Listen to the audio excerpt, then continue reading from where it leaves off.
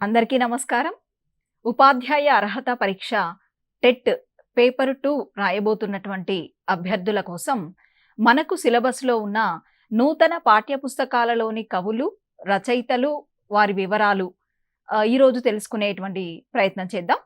ముఖ్యంగా మనకు అంటే ఈ టెట్ పేపర్ 2లో తెలంగాణ సాహిత్యము, సంస్కృతి అనే విభాగంలో నూతన పాఠ్యపుస్తకాలలో ఉన్నటువంటి కవులు, రచయితలకు సంబంధించినటువంటి ప్రశ్నలు రావడం జరుగుతుంది. అయితే ఇందులో ప్రధానంగా పేపర్ 2లో సుమారు 2 ప్రశ్నల వరకు కూడా మనం ఆశించవచ్చు.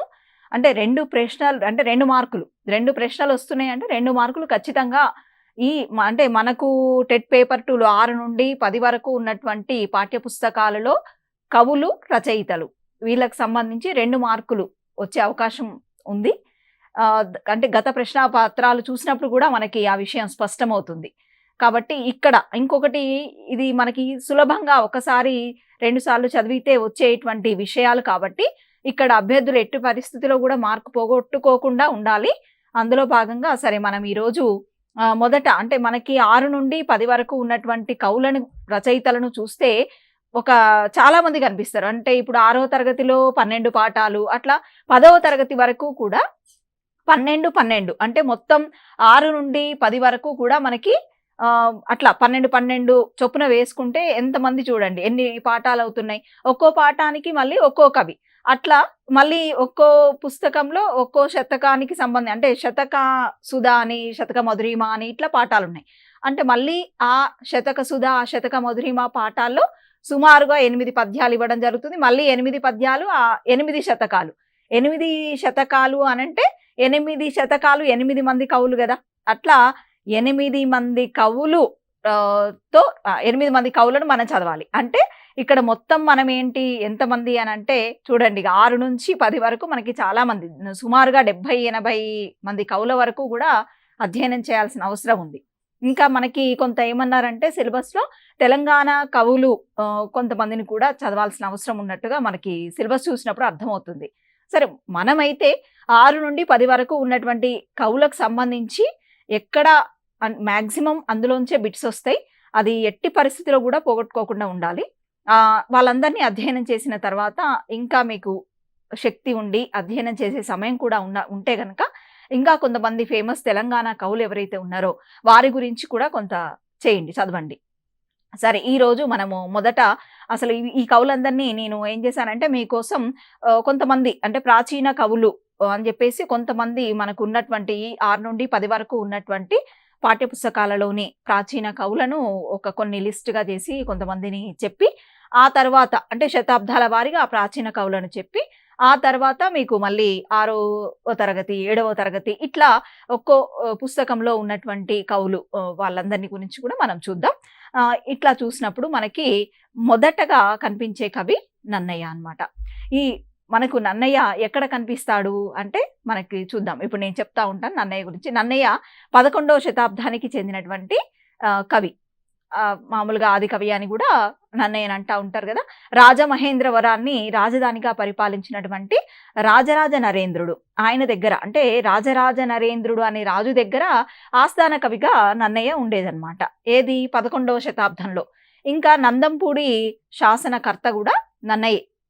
ఇంకా కవిత్రయంలో ఇప్పుడు కవిత్రయం అంటాం, నన్నయ్య, తిక్కన, ఎర్రనని కవిత్రయం అంటాం. గతంలో ఈ ప్రశ్న చాలాసార్లు వచ్చేది. సరే, ఇక కవిత్రయంలో మొదటివాడు నన్నయ్య. ఇతనికి ఆదికవి, శబ్దశాసనుడు, వాగను శాసనుడు అనేటువంటి బిరుదులు ఉన్నాయన్నమాట. మామూలుగా వీరి యొక్క రచనలన్నీ కనుక మనం ఒక లిస్టుగా చూసుకుంటే మహాభారతం, అది మనందరికీ బాగా తెలిసినటువంటి విషయం. మనం చాలా వరకు చదువుతూ ఉంటాం చిన్నప్పటి నుంచి. మహాభారతం మనకు మొత్తం 18 పర్వాల్లో కనిపిస్తుంది. ఆది, సభ, అరణ్య పర్వం అంటే ఆది పర్వం ఏమో మొదటిది, సభా పర్వం రెండవది, అరణ్య పర్వం మూడోది. అయితే నన్నయ్య ఏం చేసిండు, ఆది, సభా పర్వాలు పూర్తిగా రాయడం, అరణ్య పర్వంలో 4వ ఆశ్వాసం వరకు. ఇక్కడ ఆశ్వాసం అంటే ఏం లేదండి, మనకు మామూలుగా ఇప్పుడున్న పాఠాలు అని అంటున్నాం కదా, అదే మ్యాథ్స్లో అనుకోండి యూనిట్స్ అంటాం కదా, అట్లాగా వీళ్ళు కూడా ఆశ్వాసాలుగా చేశారు ప్రాచీన కవులు. అట్లా అరణ్య పర్వంలో 4వ ఆశ్వాసం వరకు రాయడం జరిగింది. అక్కడ ఆయన రాసిన పద్యాన్ని కూడా కోడ్ చేయడం జరిగిందండి. చాలా గతంలో జరిగిన వివిధ పోటీ పరీక్షల్లో కూడా అడగడం జరిగింది. శారద రాత్రులు ఉజ్వల అనేటువంటి శారద రాత్రులు ఉజ్వల అనే పద్యం ఉంటది. అది 142వ పద్యం. ఎక్కడ? అరణ్య పర్వంలో. అంటే నన్నయ్య ఎన్ని పర్వాలు? 3 పర్వాలు. అంటే ఆది సభా పర్వాలు పూర్తిగా అరణ్య పర్వంలో 4వ ఆశ్వాసం అంటే 140 అందులో 142వ పద్యము శారద రాత్రులు జ్వల అక్కడి వరకు రాసిండు. సరే ఆ తర్వాతది ఎవరు రాసిరు అంటే మనకు తెలుసు, ఎర్రన్న రాస్తాడు అరణ్య పర్వం మిగతా భాగం. అది మళ్ళీ ఇంకో దగ్గర నేర్చుకుందాం. ఇక్కడ సరే మొదటి శ్లోకం శ్రీవాణి గిరిజాశ్చిరాయ దదతో వక్షో ముఖాంగేషు అని ఇట్లా అంటే ఈ పద్యంతో మహాభారత రచనని నన్నయ్య మొదలు పెట్టడం జరుగుతుందన్నమాట. ఇక తెలుగు వ్యాకరణం ఆంధ్ర శబ్ద చింతామణి ఇది సంస్కృతంలో రాస్తాడనమాట. ఎవరు? నన్నయ్య. మళ్ళీ మనకి ఇంకో వ్యాకరణ గ్రంథం గతంలో వచ్చింది, ఆంధ్ర శబ్ద వ్యాకరణం కేతన రాసింది ఒకటి వ్యాకరణ గ్రంథం ఉంటది. సరే అది వేరు. మళ్ళీ ఇక్కడ తెలుగుకు వ్యాకరణమేమో ఇక్కడ ఆంధ్ర శబ్ద చింతామణి ఇది సంస్కృతంలో నన్నయ్య రాయడం జరిగిందనమాట. ఇంకా మనకి ఈయన రాసిన రచనలు ఒకసారి చూస్తే చాముండికా విలాసం, ఇంద్ర విజయం ఇట్లాంటి కావ్యాలు కూడా ఉన్నాయి. కాకపోతే కొన్ని లభ్యంగా కొన్ని అలభ్యంగా కూడా ఉన్నాయి. తన కవిత్వంలో అంటే నన్నయ్య రాసినటువంటి కవిత్వానికి కూడా లక్షణాలు ఉంటాయి కదా, ఒక్కొక్కరి శైలి ఒక్కొక్కరి పంద ఒక్కొక్క రకంగా ఉంటుంది. అట్లా నన్నయ్య యొక్క కవిత్వాన్ని చూసినప్పుడు ప్రసన్న కథా కవితార్థయుక్తి, అక్షర రమ్యత, నానా రుచిరార్థ సూక్తి నిధిత్వం ఇట్లాంటి లక్షణాలు ఉన్నాయని నన్నయ్య చెప్పుకున్నాడు అనమాట.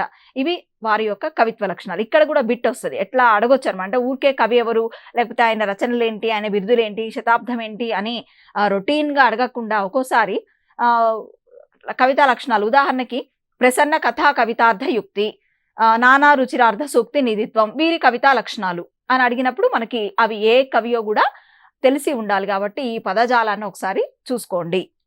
ఇక మనకి అంటే ఈ పాఠం ఎక్కడ ఉంది అని అంటే 8వ తరగతిలో త్యాగనిరతి పాఠం మొదటి పాఠం అండి. ఇది మనం అనుకున్నాం ఇందాక నన్నయ్య ఎక్కడొస్తాడంటే త్యాగనిరతి పాఠంలో మనకు పరిచయం అవుతాడు. 8వ తరగతి శ్రీమదాంధ్ర మహాభారతం నన్నయ్య రాశాడు అనుకున్నాం కదా.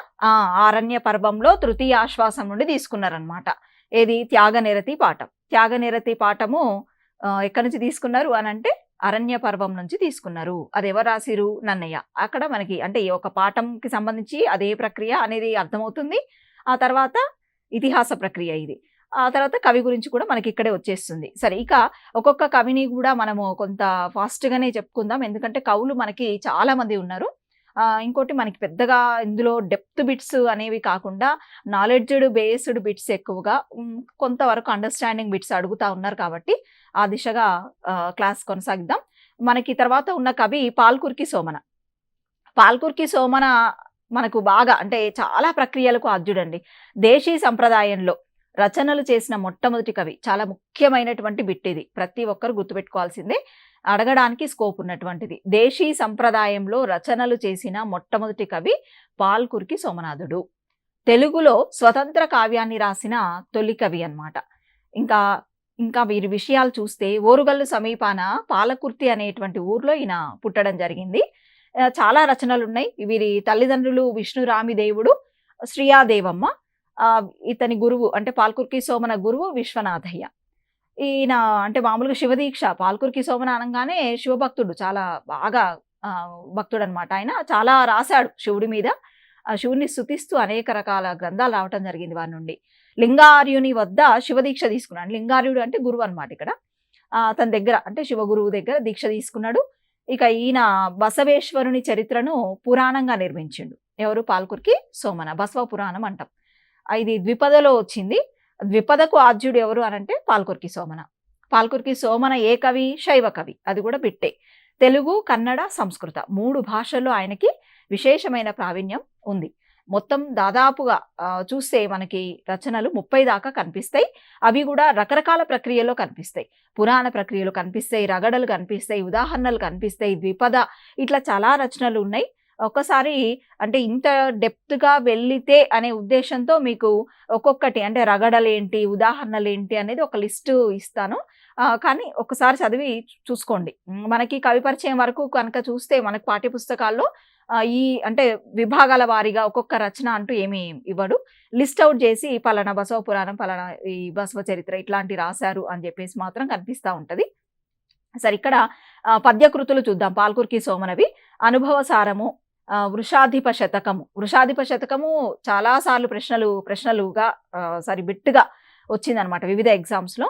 మొదటి శతకం ఏంటి, అందులో మళ్ళీ సంపూర్ణమైన శతక లక్షణాలు ఉన్నటువంటి తొలి తెలుగు శతకం అనగానే వృషాధిప శతకం. కర్త ఎవరు అనగానే పాల్కురికి సోమన. మరి ఇంకో శతకం ఉంది కదా శివతత్వ సారము, మల్లికార్జున పండితుడు రాసిండు కదా అనంటే అది కూడా తొలి తెలుగు శతకమే. కానీ సంపూర్ణ లక్షణాలు అక్కడ కనపడవు, ఇక్కడ కనపడతాయి. ఏది, పాల్కురికి సోమనవి. కాబట్టి వృషాధిప శతకం అనగానే తొలి తెలుగు శతకం, సంపూర్ణ లక్షణాలు ఉన్నటువంటి శతకంగా అది గుర్తుపెట్టుకోండి. చతుర్వేద సారము, దీన్నే బసవలింగ శతకం అని కూడా అంటూ ఉంటారు. ఆ తర్వాత చెన్నమల సీసాలు. ఇవన్నీ పద్య రూపకంగా ఆయన రాసినటువంటి పద్య ప్రక్రియలో రాసినటువంటి రచనలు. ఎవరు, పాల్కురికి సోమన. ఇంకా లఘు కృతులు అంటే చిన్న చిన్న రచనలు ఉన్నాయి, వాటిని గద్యలుగా ఇక్కడ చెప్పడం జరిగింది. పంచప్రకార గద్య, నమస్కార గద్య, అక్షరాంక గద్య, అష్టోత్తర శతనామ గద్య, శరణు బసవ గద్య, ఇట్లాంటివన్నీ కూడా గద్యలు. 5 గద్యలు మనకి కనిపిస్తాయి. ఇంకా రగడ, బసవ రగడ, ఉదాహరణ కావ్యాలు. రగడ, బసవది, తర్వాత ఉదాహరణ, ఇవన్నిటికీ ఈయనే ఆద్యుడు. ఉదాహరణ కావ్యంలో బసవోదాహరణం 2 ఉన్నాయండి. ఇవి ఇక్కడ నెంబర్లు ఎందుకు వేసాను అంటే, ఒక రగడ రాసిండు, 2 ఉదాహరణ కావ్యాలు రాశారు. ఆ తర్వాత 2 అష్టకాలు, వృషభాష్టకం, బసవాష్టకం అని రాయడం జరిగింది. ఆ తర్వాత పంచకం ఒకటి. ఇది పంచకం ఏంటంటే 5, పంచ అంటే 5 కదా, 5 మాలిని వృత్తాలతో ఆయన ఒక బసవ స్తోత్రాన్ని రాయడం జరిగింది. 2 స్తవాలు ఉన్నాయి. సోమనాథ స్తవం, సోమనాథుడు అన్నా కానీ శివుడే కదా. రుద్ర అన్న శివుడు అని బాగా శైవ కవి అనుకున్నాం. సోమనాథ స్తవం, రుద్రభాష్యము, తర్వాత త్రివిధ లింగాష్టకము. ఇవి కాక ఇంకా కన్నడ కృతులు కూడా ఉన్నాయన్నమాట. ఆయనకు తెలుగు, కన్నడ, తమిళ ఈ భాషలు కూడా వచ్చు కదా. అట్లాంటి భాషల్లో కూడా రచనలు ఉన్నాయి. సరే, మనం ఇక్కడ ప్రధానంగా కొన్ని చూస్తున్నాం. అష్టకము, తర్వాత రగడ, గద్య, పంచకం, ద్విపద, శతకం, ఉదాహరణ. ఇవి మీకు బాగా గుర్తుండాల్సిన పేర్లు. అష్టకం, రగడ, గద్య, పంచకం, ద్విపద, శతకం, ఉదాహరణ. ఏ బిట్ ఇచ్చినా ఇక్కడ ఎన్ని బిట్స్, దాదాపుగా ఒక 7 బిట్లు రావడానికి అవకాశం ఉంది. అంటే 7 రకాలుగా అడగడానికి చాయిస్ ఉంది. అష్టకం, మొదట అష్టక ప్రక్రియకు ఆద్యుడు, రగడ ప్రక్రియకు ఆద్యులు, ద్విపద ప్రక్రియకు ఆద్యులు అని అడిగినప్పుడు మనకి పాల్కురికి సోమన గుర్తు రావాలి. ఇవి ప్రధానంగా గుర్తు పెట్టుకోవాల్సిన అంశాలు. ఇక మనకు నెక్స్ట్ ప్రాచీన కవుల్లో గోనబుద్ధారెడ్డి మనకు వృతసాయం పాఠం ఉంది కదా, అక్కడ మనకు రామాయణానికి సంబంధించిన పాఠం అది కనిపిస్తాడు. సరే, గోనబుద్ధారెడ్డి గురించి చూస్తే 13వ శతాబ్దానికి చెందిన కవి. తొలి రామాయణం అంటే తెలుగులో తొలి రామాయణం రాసినటువంటి కవి గోనబుద్ధారెడ్డి. మళ్ళీ రామాయణం అంటే మనకి మళ్ళీ వాల్మీకి గుర్తొస్తాడు. వాల్మీకి ఏంది, సంస్కృతంలో రాసిండు. తెలుగులో రాసింది ఎవరు, గోనబుద్ధారెడ్డి. అట్లానే మహాభారతం సంస్కృతంలో రాసింది వ్యాసుడు, తెలుగులో రాసింది కవిత్రయం. అట్లా గుర్తుపెట్టుకోవాలి భాష తొలి ఎవరు అని. తెలుగులో తొలి రామాయణకర్త గోనబుద్ధారెడ్డి. ఇతడు మళ్ళీ ఆ రామాయణాన్ని కూడా ద్విపదలో రాయడం జరుగుతుంది. ఆ ప్రక్రియ కూడా ఇంపార్టెంట్, చాలా ఇంపార్టెంట్. ఇప్పుడు ఇంకా ఒక విషయం ఏంటంటే, మనకి గతంలో పాల్కురికి సోమనకు సంబంధించి బసవ పురాణం మీద ఒక ప్రశ్న వచ్చిందండి. బసవ పురాణము ఏ ప్రక్రియలో రాయబడినది అని చెప్పేసి టెట్లో క్వశ్చన్ వచ్చింది. కాబట్టి అది ద్విపద అనే విషయం గుర్తుపెట్టుకోవాలి. ఆ ప్రక్రియలు కూడా ఇక్కడ ఇంపార్టెంట్. ఇతడు సరే, ఇక్కడ గోనబుద్ధారెడ్డి గురించి చూసినప్పుడు కాకతీయుల సామంత రాజీన వర్ధమానపురం అంటే ప్రస్తుతము నాగర్ కర్నూలు జిల్లాలో ఉంది. అది వడ్డమాన ఏమో అని పిలుస్తారు దాన్ని. అది రాజధానిగా అంటే వర్ధమానపురం రాజధానిగా గోనబుద్ధారెడ్డి పరిపాలించిండు అనమాట. సరే, ఇక్కడ మనకు ప్రధానంగా ఈయనకు సంబంధించి తొలి రామాయణకర్త రంగనాథ రామాయణం. వీరు రాసినటువంటి రామాయణం పేరు రంగనాథ రామాయణం. వీరి తండ్రి రంగనాథుడు కాబట్టి ఆ తండ్రి పేరు మీద కావ్యాన్ని రచించిండు, రామాయణాన్ని రచించిండు. ఇక్కడ ప్రధానంగా యుద్ధకాండ వరకు రచిస్తాడండి గోనబుద్ధారెడ్డి. మిగిలిన భాగాన్ని అతని కుమారులు కాచభూపతి, విఠలనాథుడు పూర్తి చేస్తారు. కుమారులు ఎవరు, కాచభూపతి, విఠలనాథుడు. ఈ పేర్లు కూడా ముఖ్యం. ఎందుకంటే మిగిలిన భాగాన్ని గోనబుద్ధారెడ్డి రచించగా మిగిలిన రామాయణాన్ని ఎవరు రచించారు అంటే కాచభూపతి, విఠలనాథుడు గుర్తుండాలి. సరే వీళ్ళు ఇంకొక విషయం ఇక్కడ బిట్టేందంటే తెలంగాణలో తొలి జంట కవులు. ఇది చాలా ముఖ్యమైన అంశం. తెలంగాణలో తొలి జంట కవులు ఎవరు అనంటే విఠలనాథుడు, కాచభూపతి. తర్వాత ఉత్తర రామాయణం అని కూడా అంటారు. అంటే యుద్ధకాండ తర్వాత ఉన్న భాగాన్ని రచించారు కదా, అట్లా ఉత్తర రామాయణాన్ని రచించింది కాచభూపతి, విఠలనాథుడు అని చెప్పేసి గుర్తుపెట్టుకోవాలి. ద్విపదలో రచించబడిన తొలి రామాయణం రంగనాథ రామాయణం.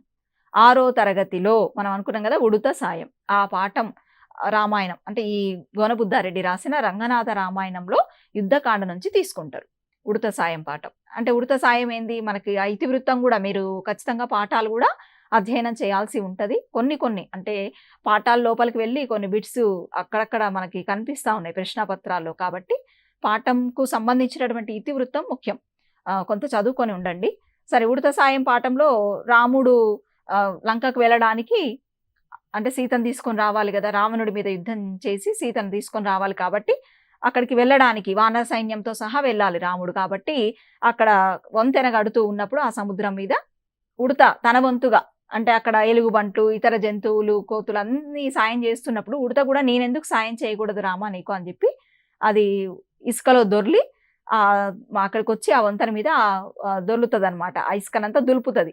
అట్లా ఉడత చేసినటువంటి సాయానికి సంబంధించి మనకి పాఠం అంతా మంచి కనిపిస్తుంది, గోనబుద్ధారెడ్డి రాసిందంతా కనిపిస్తుంది. సరే, ఇక శ్రీనాథుడు. ఇక్కడ శ్రీనాథుడు 14వ శతాబ్దానికి చెందిన కవి. శ్రీనాథుడికి సంబంధించి ముఖ్యంగా ఇక్కడ గుర్తుపెట్టుకోవాల్సిన అంశాలు కొన్ని ఉన్నాయి. సరే, వాళ్ళ తల్లిదండ్రులు, శ్రీనాథుడి తల్లిదండ్రులు మారయ్య భీమాంబల సంతానం. కొండవీడును పరిపాలించిన పెదకోమటి వేమారెడ్డి. ఇది ముఖ్యమైన అంశం ఇక్కడ. ఎందుకంటే శ్రీనాథుడికి సంబంధించి కొన్ని పోటీ పరీక్షల్లో అంటే ఈయన ఎవరి ఆస్థానంలో విద్యాధికారిగా పనిచేసిండు అనేది వచ్చింది. కాబట్టి ఆ రాజును గుర్తుపెట్టుకోండి. కొండవీడును పరిపాలించిన రెడ్డి రాజు ఎవరు? పెదకోమటి వేమారెడ్డి. పెదకోమటి వేమారెడ్డి ఆస్థానంలో విద్యాధికారిగా ఉన్నాడు శ్రీనాథుడు.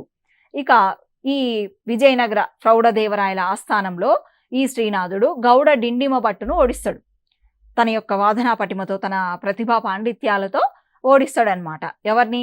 గౌడ డిండిమ భట్టును ఓడిస్తాడు. విజయనగర ప్రౌఢదేవరాయలు అంటే విజయనగర రాజులు ఉన్నారు కదా మనకి, శ్రీకృష్ణదేవరాయలు ఉన్నారు, అట్లనే ప్రౌఢదేవరాయలు. ఆ ప్రౌఢదేవరాయల ఆస్థానంలో గౌడ డిండిమ భట్టు ఉండేదన్నమాట, ఒక కవి. ఆయనను శ్రీనాథుడు తన ప్రతిభా పాండిత్యాలతో ఓడించి అక్కడ అంటే ఆ ప్రౌఢదేవరాయలతో చేతుల మీదుగా కనకాభిషేకాన్ని అంటే బంగారు నాణాలతో అభిషేకం, కవి సార్వభౌమ, ఇవి రెండు కూడా పొందడం జరిగింది. అంటే ఇక్కడ రాజు ముఖ్యం. ఎవరి చేత లేదా ఎవరి ఆస్థానంలో కనకాభిషేకాన్ని, కవి సార్వభౌమ బిరుదును పొందాడు శ్రీనాథుడు అన్నప్పుడు ప్రౌఢదేవరాయలు ఎవరిని ఓడించడం వల్ల? గౌడ డిండిమ భట్టును ఓడించడం వల్ల. ఈ అంశాలు గుర్తుండాలి. ఇక చిన్నారి పొన్నారి చిరుత కూకటి నాడే, మన పద్యం కూడా ఉందండి. రచించితి చిన్నారి పొన్నారి చిరుత కూకటి నాడే మరుత్తరాట్ చరిత్ర అని వస్తుంది. అట్లా చిన్నారి పొన్నారి అంటే చాలా చిన్న వయసులోనే ఆయన మరుత్తరాట్ చరిత్రను రచించిండు.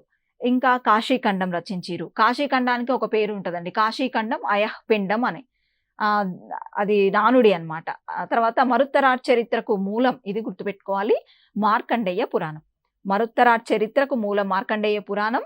ఇట్లా అంటే కొన్ని గ్రంథాలకు మూలాలు అంటే అందులో ఉన్నటువంటి కొంత విషయాన్ని తీసుకొని పెంచుతూ వివిధ ప్రక్రియలో కవులు రాస్తూ ఉంటారు అనమాట, ప్రాచీన గ్రంథాలను తీసుకొని. అట్లా ఇక్కడ మార్కండేయ పురాణం మూలం మరుత్తరాట్ చరిత్రకు.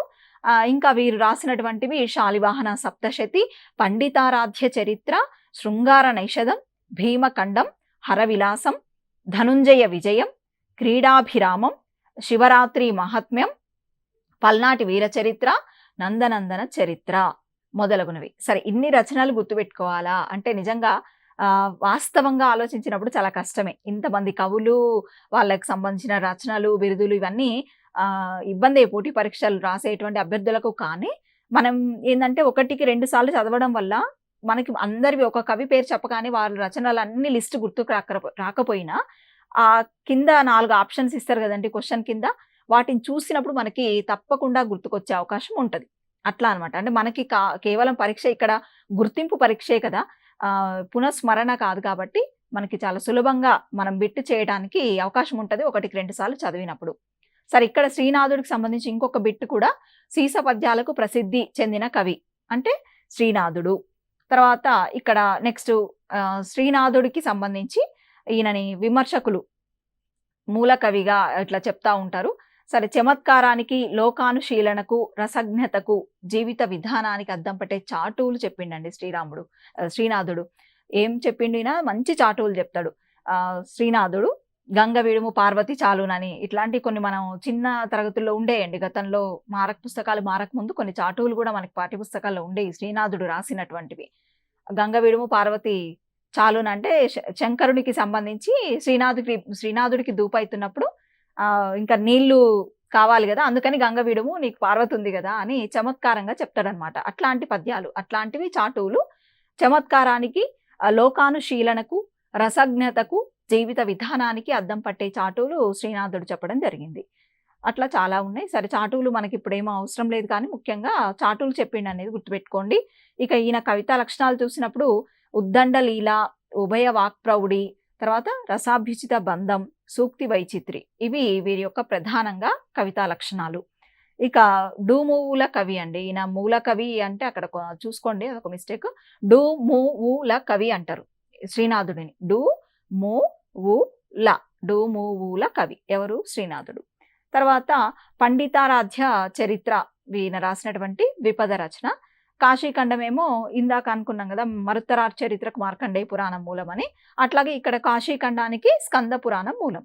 ఇక ఇది వీరభద్రారెడ్డికి అంటే ఈ చాలా వరకు కవులు రచయితలు ఏం చేస్తారు, వారు రాసినటువంటి గ్రంథాలను అంకితం ఇస్తూ ఉంటారు. అంటే వాళ్ళు బాగా గుర్తుంచుకునేటువంటి వాళ్ళకు చాలా ఏదో సహకారము ఏదో చేసినటువంటి వాళ్ళకి కృతజ్ఞతగా ఇస్తూ ఉంటారు అంకితము. అట్లా కాశీఖండాన్ని వీరభద్రారెడ్డికి, శృంగార నైషధం మామిడి సింగనకు, హరవిలాసం అవచి తిప్పయ్య శెట్టికి, భీమేశ్వర పురాణం బెండపూడి అన్నయ్యకు, శివరాత్రి మహాత్మ్యం ముమ్మడి శాంతయ్యకు అంకితం ఇచ్చిండు. ఇవి గుర్తుపెట్టుకోవడము కూడా కష్టమే, కాకపోతే కొంత డెప్త్ ఇంటర్మీడియట్ లెవెల్ అన్నాడు కాబట్టి ఇన్ కేస్ అన్న ఉద్దేశంతో ఈ అంకితాలు కూడా ఇక్కడ ఇవ్వడం జరిగింది. మన పాఠ్యపుస్తకంలో అంకితాల గురించి ఏం లేదు కవి పరిచయంలో.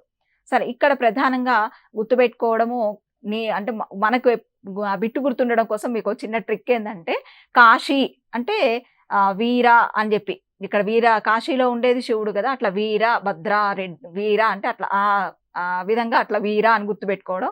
శృంగార నైషధం అంటే శృంగారము, అక్కడ మామిడి అనేటువంటి పొంతన కొంత లింకప్ చేసుకోండి.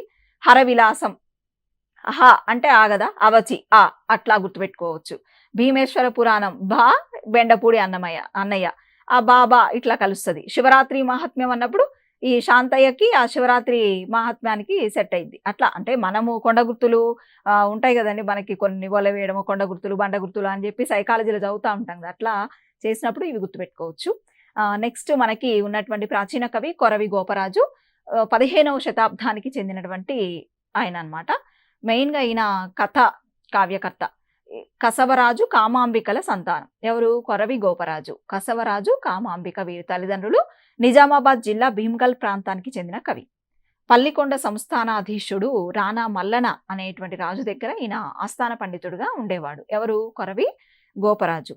ఇక కొరవి గోపరాజుకు సంబంధించి ప్రధానంగా సింహాసన ద్వాత్రింశిక, ఇది కథాకావ్యం అండి. కథలు వేరు, కథాకావ్యం వేరు, కొంత డిఫరెన్స్ ఉంటుంది. అంటే కథలను అంటే వివిధ కథలని ఒక సమాహారంగా, ఒక హారంగా, మనము పూలు కనుక ఒక్కొక్కటి కట్టుకుంటూ దండ చేసినట్టు ఇక్కడ కూడా ఒక్కొక్క కథను పేర్చుకుంటూ ఒక హారంలాగా అనిపిస్తుంది. అది కథాకావ్యం అనమాట. అంటే వివిధ కథల సమాహారం అంటాం కథాకావ్యము అంటే. అట్లా ఈయన ఒక కథాకావ్యాన్ని రచించడం జరిగింది. ఎవరు? కొరవి గోపరాజు. ఈ సింహాసన ద్వాత్రింశిక అదేంటి అంటే, ఇందులో 12 ఆశ్వాసాలు ఉన్నాయండి. మొత్తం సింహాసన ద్వాత్రింశికలో 12 ఆశ్వాసాలు ఉన్నాయి. ఇది ఎవరికి అంకితం ఇచ్చిండు? ఇది ఒకటి ముఖ్యమైన విషయం. హరిహరనాథునికి. ఈ మరి ఎక్కడొస్తాడు కొరవి గోపరాజు అంటే, మనకి 7వ తరగతిలో చదువు అనే పాఠం ఉంది, అక్కడ మనకి కొరవి గోపరాజు పరిచయం అయ్యింది. మరి 7వ తరగతిలో చదువు పాఠం ఏంది? మళ్ళీ ఇది అనిపిస్తుంది. చదువు పాఠం ఏంది? అక్కడ త్రివిక్రముడు ఒక తండ్రి, ఆయన కొడుకు ఎవరు? కమలాకరుడు. ఆ కమలాకరుడికి చదువు పట్ల ఆసక్తి ఉంటుందా? ఉండదు.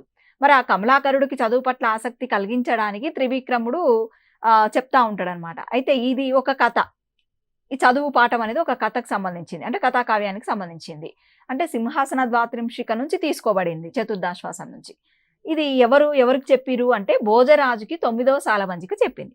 మరి ఈ భోజరాజు ఎవరు అంటే విక్రమార్క ఉజ్జయిని సామ్రాజ్యం ఉంది కదండి విక్రమార్కుడిది. ఆ విక్రమార్కుడి యొక్క సింహాసనం చాలా గొప్పదనమాట ఆ సింహాసనము. ఆ విక్రమార్క వంశానికి అక్కడ ఆ ఉజ్జయిని రాజ్యాన్ని పరిపాలించేటువంటి క్రమంలో భోజరాజు ఆ సింహాసనాన్ని అధిష్ఠించే దానికి పూనుకున్నప్పుడు 32 సాలబంజికలుంటాయి. 32 సాలబంజికలు కూడా 32 కథలు చెప్తాయన్నమాట. అవన్నీ కూడా కొరవి గోపరాజు సింహాసన ద్వాత్రింశిగా కావ్యంగా అందించడం జరిగింది. సరే ఇక్కడ మనకు ఈ చదువు పాఠంలో ఉన్నటువంటి స్టోరీ ఏదైతే ఉందో అది 9వ సాలబంజిక భోజరాజుకి చెప్తుందనమాట. అంటే భోజరాజుకి విక్రమార్కుడికి సంబంధించిన కథలు వినడం బాగా ఆసక్తి. అది ఒక విషయం ఇక్కడ. అట్లా సరే అది కథా కావ్యంగా రాయటం గోపరాజు మనకి అది ఉంది. ఏది చదువు పాఠం 7వ తరగతిలో పరిచయమైంది. తర్వాత ఉన్న కవి పొన్నికంటి తెలగన. ఇంకా పోతన కూడా వస్తాడు. పోతన మళ్ళీ 15వ శతాబ్దమే, అది కూడా చెప్దాం. ముందుగా పొన్నిగంటి తెలగన. ఈ పేరు కూడా మనకు కొన్ని చోట్ల పొన్నగంటి అని కనిపిస్తుంది, కొన్ని చోట్ల పొన్నికంటి. సరే ఏదైనా మొత్తానికి పొన్నికంటి తెలగన మెదక్ జిల్లా పొట్ల చెరువు నివాసి. ఇతని తండ్రి భావనామాత్యుడు. అచ్చ తెనుగు ఆది కవిగా సుప్రసిద్ధుడు అనమాట. ఎవరు? పొన్నికంటి తెలగన. అచ్చ తెనుగు కావ్య రచనకు స్వయంగా తానే నియమాలను ఏర్పరిచి తర్వాత ఉన్న కవులకు మార్గదర్శకుడైంది. పొన్నికంటి తెలగనకు సంబంధించి లాస్ట్ టెట్లో క్వశ్చన్ వచ్చింది. ఏం క్వశ్చన్ వచ్చింది అంటే యయాతి చరిత్ర పొన్నికంటి తెలగన రాసిన యయాతి, అక్కడ ఇచ్చిరు ఎవరు రాసిరని కూడా ఇచ్చిరు మనకు బిట్లో. పొన్నికంటి తెలగన రాసిన యయాతి చరిత్ర ఏ రకమైన కావ్యం కింద ఇచ్చిరు. ఇది ఒక ద్విపద కావ్యం, అచ్చతెనుగు కావ్యం, సంస్కృత కావ్యం, మరో కావ్యం, ఇట్లా 4 కావ్యాలు ఇచ్చి ఆన్సర్ పెట్టమన్నారు. అప్పుడు ఏం పెట్టాలి? అచ్చతెనుగు కావ్యం. ఇది గుర్తుపెట్టుకోవాలి విషయం. తర్వాత తెలుగులో అచ్చతెనుగు కావ్యం యయాతి చరిత్ర. ఇది అచ్చతెనుగు కావ్యాల్లో మొదటిదే కాక అత్యుత్తమమైనది. ఇది ఎవరికి అంకితం ఇచ్చారు? ఇది కూడా ముఖ్యం. ఎందుకంటే ఒక తెలుగు కవి ఒక ముస్లిం ఆయనకు అంకితం ఇవ్వడం అనేది మామూలు విషయం కాదనమాట. ఒక మహమ్మదీయ సర్దారు అమీర్ ఖాన్ కి అంకితం ఇవ్వడం జరిగింది పొన్నికంటి తెలగన. ఏది? ఈ కావ్యాన్ని యయాతి చరిత్రను. ఇది మనకి ఎక్కడ మనకు పరిచయం అయిండు ఆ పొన్నికంటి తెలగన అంటే 9వ తరగతిలో చెలిమి పాఠం ఉంటుంది. చెలిమి పాఠంలో మన ఈ శర్మిష్ట దేవయాని మధ్య జరిగేటువంటి కథ ఒకటి ఉంటుంది మనకు అక్కడ. సరే మొత్తానికి యయాతి చరిత్ర తృతీయాశ్వాస నుండి గ్రహించబడింది ఈ చెలిమి పాఠం. ఆ తర్వాత ఉన్న కవి చేమకూర వెంకట కవి. 17వ శతాబ్దానికి చెందిన అగ్రగణ్య కవుల్లో గొప్పవాడు. ఇతడి తండ్రి లక్ష్మణామాత్యుడు. తంజావూరును పరిపాలించిన ఆయన రఘునాథరాయలు. ఆయన ఒక విజయభవనము అనే పండిత సభను నిర్వహించేది.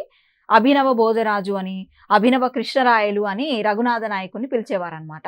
ఆ రఘునాథ నాయకుడి దగ్గర ఆస్థాన కవిగా ఉండేది ఎవరు? చేమకూర వెంకట కవి. వీరు రాసిన సారంగధర చరిత్ర. అది ఏంటంటే దానికి రాజుకు అంకితం ఇయ్యదగినటువంటి గుణ విశేషాలు లేవని ఆయన తలచి మరో గ్రంథం రాస్తాడు. అది విజయ విలాసం. ఇది మంచి ప్రబంధం అన్నమాట. సరే మొత్తానికి విజయ విలాసం ఒకటి, సారంగధర చరిత్ర ఒకటి రచనలు గుర్తుపెట్టుకోండి. ఇక ఈ విజయ విలాసాన్ని తెలుగులో పిల్ల వసు చరిత్ర అని కూడా పిలుస్తారు. తర్వాత మనకి చేమకూర వెంకట కవి 9వ తరగతిలో ధర్మార్జునులు అనే పాఠ్యం దగ్గర పరిచయం అవుతాడు. అంటే ధర్మార్జునులు పాఠం అనేది ప్రబంధ ప్రక్రియకు చెందింది, అది గుర్తుపెట్టుకోవాలి. చేమకూర వెంకట కవికి మరో పేరుంది, పద్య చమత్కార చనుడు. అంటే ప్రతి పద్యం కూడా చమత్కారంతో రాస్తాడు ఆయన. ఇంకా ఈయనకు సంబంధించి ఇది చాలా ముఖ్యమైనటువంటి వాక్యం, ఏ గతి రచించిరేని సమకాలము వారలు మెచ్చరు కదా. అంటే ఏ విధంగా రాసినా కానీ ఆ కాలంలో ఉన్నటువంటి వాళ్ళు మెచ్చరు కదా అని చేమకూర కవి వాపోతాడనమాట. ఈ వాక్యము అడిగిరు ఇదివరకు పరీక్షల్లో. ఏ గతి రచించిరేని సమకాలము వారలు మెచ్చరు కదా అని అన్న కవి చేమకూర వెంకట కవి. తర్వాత మనకు 6వ తరగతి నుండి వరుసగా కవులను కనుక చూస్తే చాలా మంది కవులు మనకు కనిపిస్తారు. అంటే ఇప్పుడున్న ప్రాచీన కవులు కొంతమందిని ఇందులోంచి తీసినాం మనము. 6వ తరగతిలోంచి ఉడత సాయం ఇవి ఉన్నాయి కదా, కొంతమందిని పక్కకు ఆల్రెడీ చెప్పుకున్నాం. ఇప్పుడు ఇంకా మిగిలిన కవులు అప్పుడు శేషం లక్ష్మీనారాయణాచార్య ఆయన దగ్గర నుంచి మొదలు పెడితే, అంటే అభినందన పాఠం దగ్గర నుంచి మొదలు పెడితే చివరి పాఠం వరకు కూడా మనకి చాలా మంది కవులు ఉన్నారు. అందులో మళ్ళీ శతక కవులు. అయితే ఇక్కడ మనం ఏం చేద్దామంటే శతక కవులు అందరినీ ఒకసారి లిస్ట్ చేసుకుందాం. ప్రధానంగా శతక కవులను పక్కకు పెట్టేసి మామూలుగా ఆధునిక కవులు, సరే ఇతర కవులు ఎవరైతే ఉన్నారో వాళ్ళందరినీ, రచయితలు వీళ్ళందరినీ క్లాస్ వారీగా అంటే తరగతి వారీగా చూద్దాం. అట్లా చూసినప్పుడు 6వ తరగతి నుండి శేషం లక్ష్మీనారాయణాచార్య. 6వ తరగతిలో మొదటి పాఠం ఏంటి? అభినందన.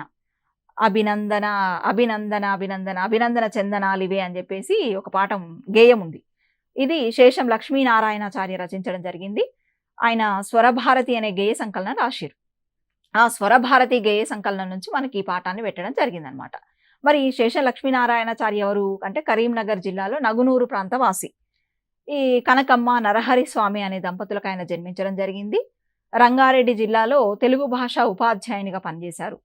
అనేక పద్య వచన గేయ కవితలు రచించిండు. ఎవరు? శేషం లక్ష్మీనారాయణాచార్య. అవి వివిధ పత్రికల్లో ప్రచురితం కావడమే కాక టీవీ రేడియోలో కూడా వచ్చినాయి. ఇంకా వీరికి సంబంధించి వీరు రాసిన విమర్శా వ్యాసాలు, ఇది చాలా ముఖ్యం, గుర్తుపెట్టుకోండి. దక్షిణ భారత హిందీ ప్రచార సభ వారి స్రవంతి పత్రికలో ప్రచురించబడ్డాయి. ఏవి? వీరు శేషం లక్ష్మీనారాయణాచార్య రాసిన విమర్శ వ్యాసాలు. ఆ తర్వాత ఇంకొక బిట్ ఇక్కడ అడగడానికి స్కోప్ ఉన్నది ఏంటంటే, దైవభక్తి దేశభక్తి గేయాలు రాయడంలో ఈ కవిది అందవేసిన చెయ్యి. దైవభక్తి దేశభక్తి ఇట్లాంటి గేయాలు రాయటంలో శేషం లక్ష్మీనారాయణాచార్య అందవేసిన చెయ్యి అనేది గుర్తుపెట్టుకోండి. సరే, మిగతా చాలా మంది కవులు ఉన్నారు. మరో సెషన్లో మనం వాళ్ళందరినీ కంటిన్యూ చేద్దాం. ఇంతటితో ముగిద్దాం. ధన్యవాదాలు.